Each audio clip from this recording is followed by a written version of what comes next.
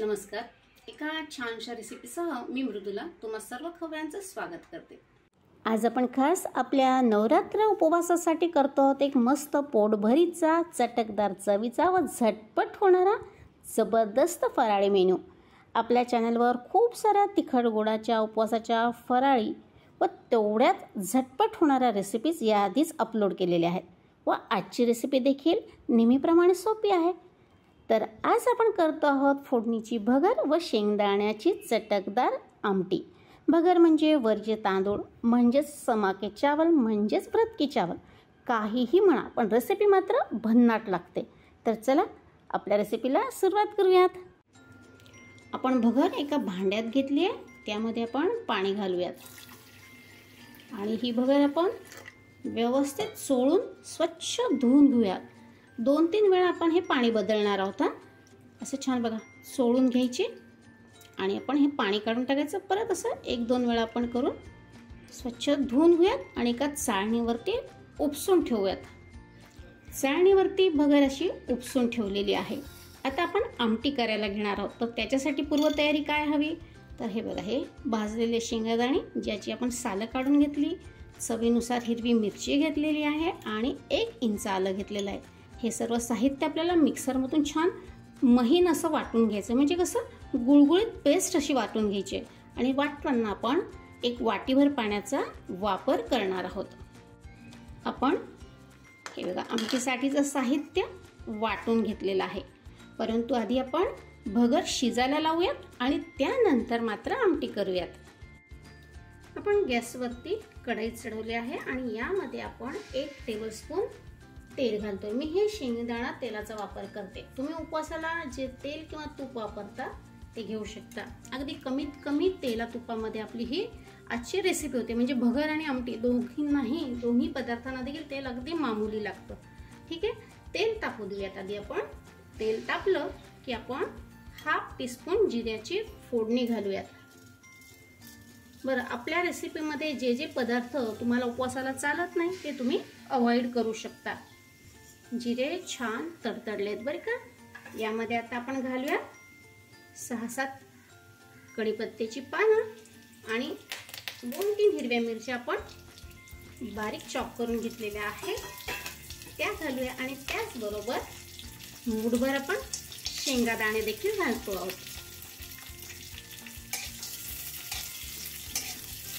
आता दाण्याची आमटी आहे तरीही आपण शेंगदाणे घालतो आहोत. भगरीमध्ये शेंगदाणे वगैरे घातले ना छान लागतं. भगर कशी सॉफ्ट असते की नाही, त्यामध्ये मधून मधून असा क्रंच भारी लागतो. यामध्ये आता आपण काकडीचे आपण सालं काढून असे छोटे तुकडे करून घेतलेले आहेत, ते घालतो. याऐवजी तुम्ही बटाटा सालं काढून त्याचे छोटे तुकडे करून घालू शकता. पण एवढं मात्र की जेव्हा बटाटे वगैरे घालाल ना तर व्यवस्थित शिजवून घ्यावे लागतील तुम्हाला ते. काकडीऐवजी बटाटा तर तुम्हाला मी सांगितलं. त्याचबरोबर कलिंगडाचा पांढरा भाग असतो की नाही, हिरवा भाग सालीचा काढून टाकायचा, म्हणजे टरबूज म्हणतो आपण त्याला, कलिंगड. आणि लाल गर तर आपण खातो, पण जो पांढरा भाग असतो जो आपण टाकून देतो त्याच्या अशा बारीक पोळी करून देखील आपण या भगरीमध्ये वापरू शकतो. आपल्याला काकडी ते फार परतायची नाही. मिनिटभर खूप झालं, कारण अशी ही काकडी आपण खातच की नाही. मग यामध्ये ती भगरीबरोबर व्यवस्थित शिजेल आणि थोडासा क्रंच देखील त्यामध्ये राहील. गॅसची फ्लेम आता आपण लो केलेली आहे आणि यामध्ये आता आपण घालूया उपसून घेतलेली भगर. बरं, आपण हे करत होतो त्याच वेळी मी दुसऱ्या गॅसवरती भगरीच्या तिप्पट पाणी गरम करायला ठेवलेलं आहे. आता भगरीच्या क्वालिटीनुसार थोडं कमी जास्त पाणी लागू शकतं, पण अंदाजे तिप्पट पाणी पुरेसं होतं. म्हणजे फार मोकळी पण नको आणि फार गिच्चा पण नको.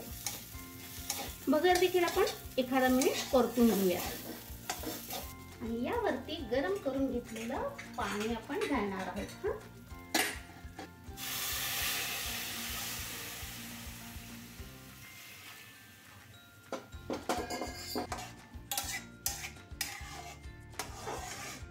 चवीनुसार आता मीठ घालूयात. इतकी सोपी आहे ना भगर आणि शिवाय झटपट होते. तुम्ही तुमच्या टेस्टनुसार मीठ घाला. आपण थोडीशी यामध्ये साखर देखील घालतो. किती? 1/2 टीस्पून. तुम्हाला नको असेल तरी चालेल, कारण का तर आमटी आपण छान आंबट गोड करणार आहोत. पण काही जण असे असतात कुटुंबात की त्यांना ती भगर समजा दह्यासोबत खायची आहे किंवा लोणच्यासोबत खायची आहे, तर मग अशा वेळेत भगरीमध्ये अशी सगळी छान टेस्ट आली पाहिजे. भगर मूळतः चवीला अगदी सपक असते, हो की नाही?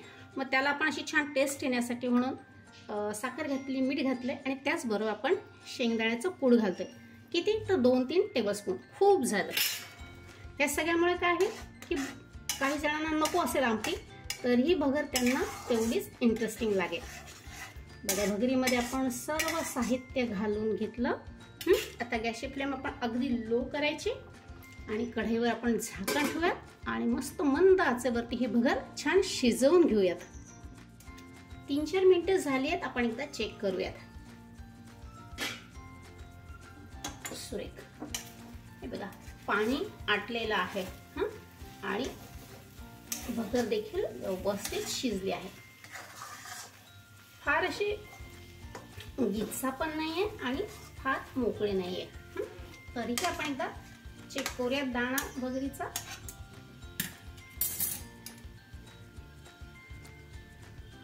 हे बघा, व्यवस्थित शिजलेली आहे. परफेक्ट. आपण भगरीच्या खालचा हा गॅस बंद करूया आणि भगरीवरती थोडीशी हिरवीगार कोथिंबीर आणि थोडासा नारळाचा चव पेरूया. आपली फोडणीची भगर रेडी आहे.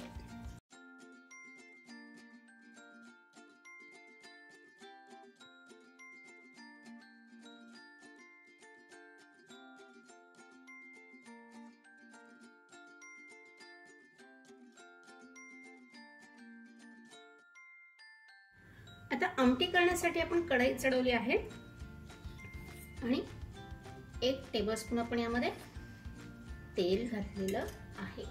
नेहमीप्रमाणे 1/2 टीस्पून जिऱ्याची आपण फोडणी करतो. जिरे व्यवस्थित तडतडले की यामध्ये आपण 6-7 कढीपत्त्याची पानं घालणार आहोत आणि ह्या लाल सुक्या मिरच्या घातलेल्या आहे आपण. 2 मिरच्या मी तुकडे करून घातल्या आणि आता यामध्ये आपण वाटून घेतलेलं साहित्य म्हणजे शिमला मिरची आणि आलं, आणि यामध्ये आपण 2-3 वाट्या गरम पाणी देखील घालणार आहोत. आता पाणी किती घालायचं तर आमटी तुम्हाला कितपत दाट कितपत पातळ हवी यावरती अवलंबून. शेंगण्याची आमटी जसं जसं वेळ जाईल ना, म्हणजे थोडी गार झाली की ती अजून दाट होते. त्यामुळे आपण गरजेनुसार पाणी घालणार आहोत. आपल्याला अजून पाणी घालायची गरज आहे.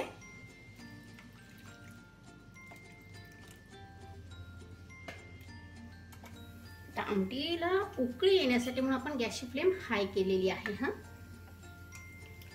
आमटी जरा ही पातळच असते बरं का, फार दाट काय नाही.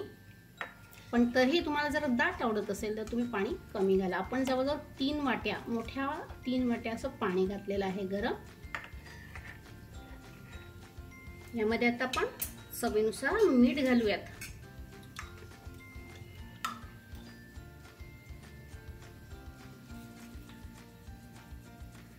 आहे की नाही सोपं बघा बरं. एकाच वेळी आपण सगळे पदार्थ घालतोय, लक्षात ठेवायला अगदी सोपं.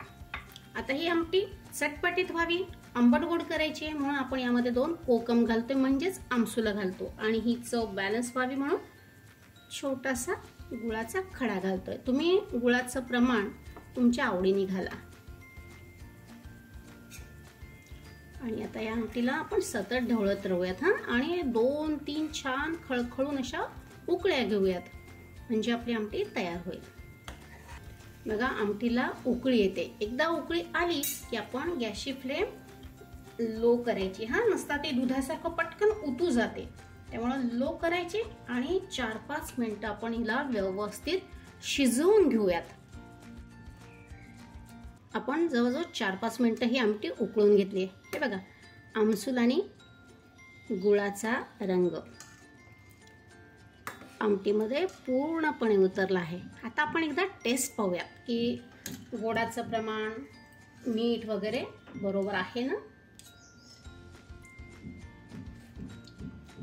अगदी परफेक्ट आहे. हां, तुम्हाला एकदा आमटीची मी कन्सिस्टन्सी दाखवते परत.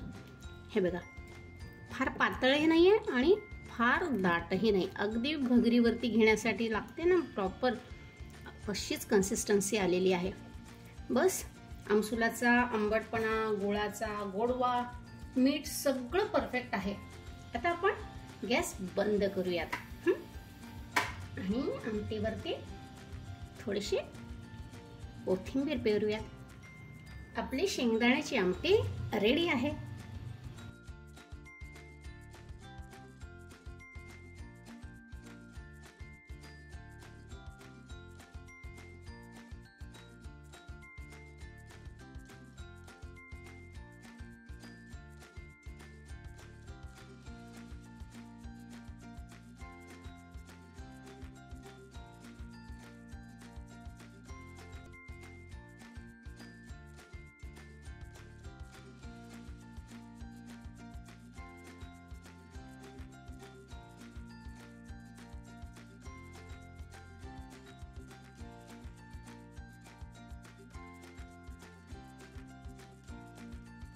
नवरात्र उपवासासाठीचा चविष्ट फराळी बेत, वाफाळती फोडणीची भगर आणि गरमागरम चटकदार आंबटगोड चवीची शेंगदाणा आमटी रेडी आहे.